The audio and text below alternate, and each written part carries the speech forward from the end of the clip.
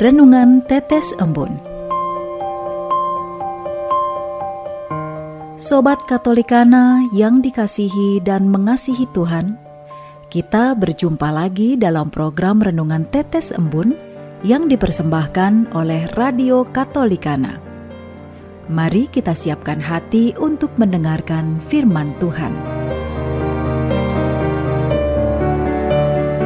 Renungan Tetes Embun, edisi Selasa, 22 Februari 2022. Jatuh bangun mengikuti Yesus. Bacaan diambil dari Injil Matius bab 16 ayat 19. Kepadamu akan kuberikan kunci kerajaan surga. Apa yang kau ikat di dunia ini akan terikat di surga, dan apa yang kau lepaskan di dunia ini akan terlepas di surga. Hari ini gereja merayakan pesta tahta suci Santo Petrus yang dikenal sebagai Paus pertama dalam gereja Katolik. Tahta, katedra, adalah tempat duduk atau kursi bagi seorang uskup untuk mengajar dan melayani umat Allah. Tahta bukan hanya sekedar kursi, namun juga sebuah wewenang kehormatan yang dipercayakan Yesus kepada Petrus untuk membangun gerejanya. Dari tahta di Roma, Petrus dan para penggantinya memegang kursi dan mempertahankan persatuan gereja dalam ajaran iman dan moral. Sobat Katolikana yang terkasih, apa yang istimewa dari sosok Petrus sampai Yesus memberikan misi dan wewenang yang begitu besar padanya? Injil hari ini menunjukkan bagaimana Yesus meletakkan dasar atau pondasi gerejanya di atas Petrus. Wewenang itu diberikan setelah Yesus melemparkan pertanyaan mendasar tentang pengenalan identitasnya. Tetapi, apa katamu? Siapakah aku? Jawab Petrus, engkau adalah Mesias, Anak Allah yang hidup. Jawaban Petrus bukan berasal dari apa kata orang tentang Yesus, namun muncul dari pengalaman relasi yang intens dengan Yesus sehari-hari. Iman yang diungkapkan Petrus akan identitas Yesus sebagai Mesias inilah yang menjadi dasar atau pondasi pemersatu gereja. Dasar tersebut dapat dikatakan sebagai wadas di atasnya umat Kristus didirikan. Sobat Katolikana yang terkasih, jika ditelusuri lebih lanjut, Perjanjian Baru juga mengungkapkan bahwa Petrus yang diberi kepercayaan dari otoritas sebesar itu juga menunjukkan sisi-sisi manusiawinya. Sang wadas dan pemegang kunci kerajaan sorga itu nyatanya juga mengalami dinamika jatuh bangun dalam mengikuti Yesus. Pengenalan Petrus akan Yesus sebagai Mesias juga tidak sekali jadi. Dalam ayat-ayat berikutnya, kita temukan bagaimana Yesus menegur Petrus dengan sangat keras. Enyahlah iblis. Saat Yesus menyatakan bahwa para murid, bahwa ia harus menanggung banyak penderitaan. Kita juga bisa melihat bagaimana iman Petrus ciut karena tiupan angin dan tenggelam saat ia berjalan di atas air untuk mendapatkan Yesus. Sejarah hidup yang juga sangat terkenal dari Petrus adalah momen di mana ia menyangkal Yesus 3 kali dan pergi menangis dengan sedihnya.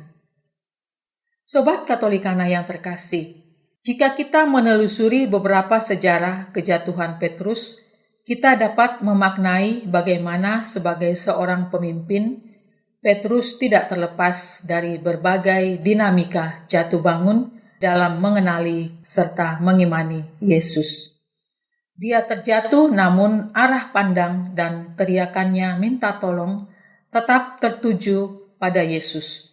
Dia menyangkal Yesus 3 kali, menyadari kesalahannya, namun tidak terjerumus dalam keputusasaan.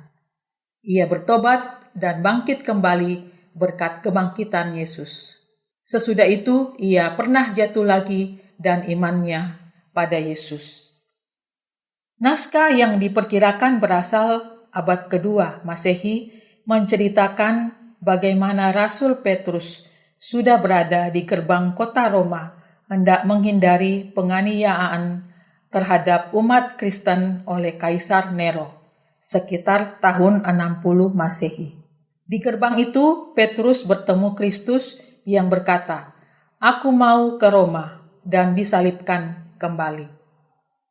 Sobat Katolikana yang terkasih, momen itu menjadi titik balik bagi Petrus. Ia kembali ke Roma dan menjadi martir dengan cara disalibkan terbalik berdasarkan catatan Origenes.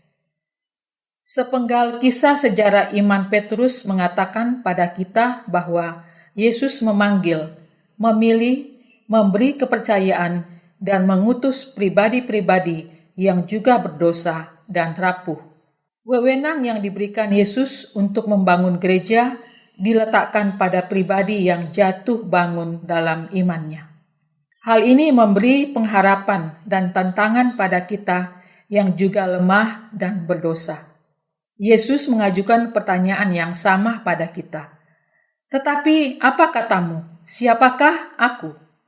Sejauh mana kita mengenal Yesus secara pribadi?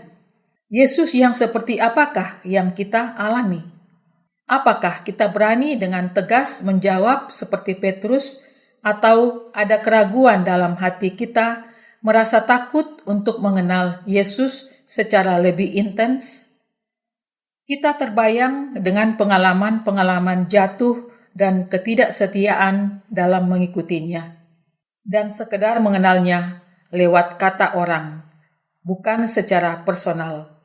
Kita menjadi pesimis dan minimalis karena dosa dan kelemahan kita. Juga karena memiliki episode sejarah hidup yang kelam, sehingga kita tidak memiliki keberanian yang cukup untuk mengenal Yesus lebih dalam.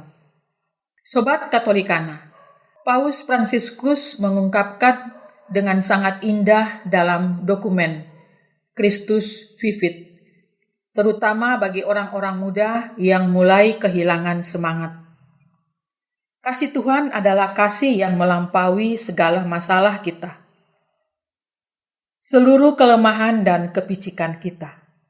Tetapi sebaliknya, dari masalah-masalah kita, kelemahan dan kepicikan, Dia mau menuliskan cerita kasih itu. Dia telah memeluk anak yang hilang. Dia telah memeluk Petrus setelah penyangkalannya, dan Dia selalu memeluk kita. Selalu setelah kejatuhan-kejatuhan kita, dan membantu kita untuk bangun dan tetap berdiri tegak. Karena kejatuhan yang sesungguhnya adalah yang dapat menghancurkan hidup kita, yakni tetap terbaring di tanah dan tidak membiarkan diri kita dibantu.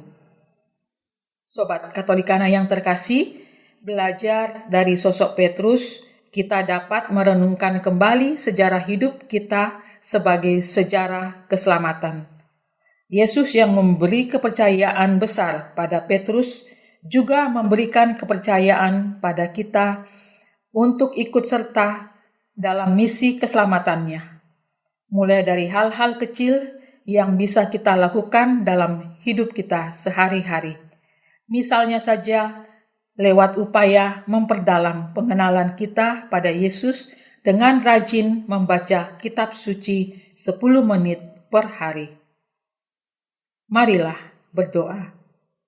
Tuhan yang Maha Kasih, hari ini kami belajar dari Santo Petrus.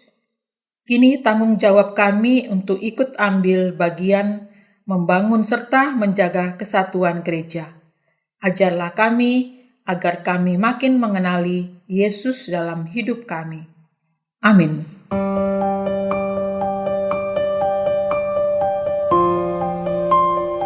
Demikian Anda telah mendengarkan Tetes Embun yang dipersembahkan oleh Radio Katolikana. Renungan Tetes Embun bisa Anda simak di Radio Katolikana, media sosial Radio Katolikana, dan YouTube Katolikana. Terima kasih dan sampai jumpa.